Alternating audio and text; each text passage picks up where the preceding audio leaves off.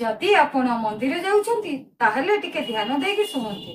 गोटे दिन गोटे झियो मंदिर जाई भगवान को दर्शन करिया बोली गला बेलकू गोटे लंबा लाइन टिए होइथाय। से लाइन रे से झियो जाई ठिया हला।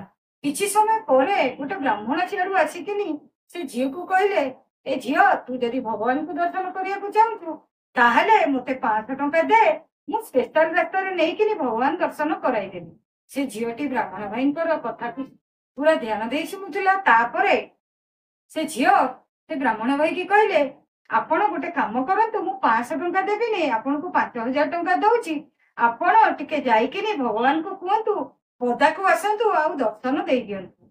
से ब्राह्मण भाईटी से झियो कथा सुनिकिनी सेमिति केमिति हबो कहले। से झियोटी सेठू ताको कथा सुनि सारी कहले, ताहले सेमिति जदि न हबो ताहले आउ गोटे काम करंतु, मु आपण को 50,000 टंका दउची, आपण भगवान को कहंतु आम घर को जाइकिनी आमको टिके दर्शन देकी आसीबे।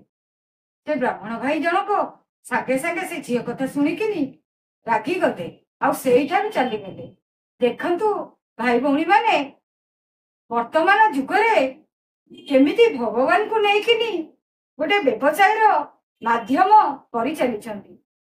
आपण माने खाली एइठी नुहे अनेक मंदिर रे एभली कार्य चलीछि, जेउठी आपण माने देखुछंती कि आपण को किए कहउछंती ताहले आपण माने विरोध करंतु, नचे आपण माने मुहरे ताको मानको कहंतु।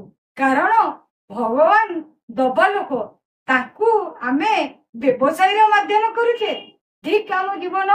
तेणु करी आपण विरोध करंतु, नहले आम संस्कार आउ आम धर्म एइठी अंत होई जीव। जय जगन्नाथ।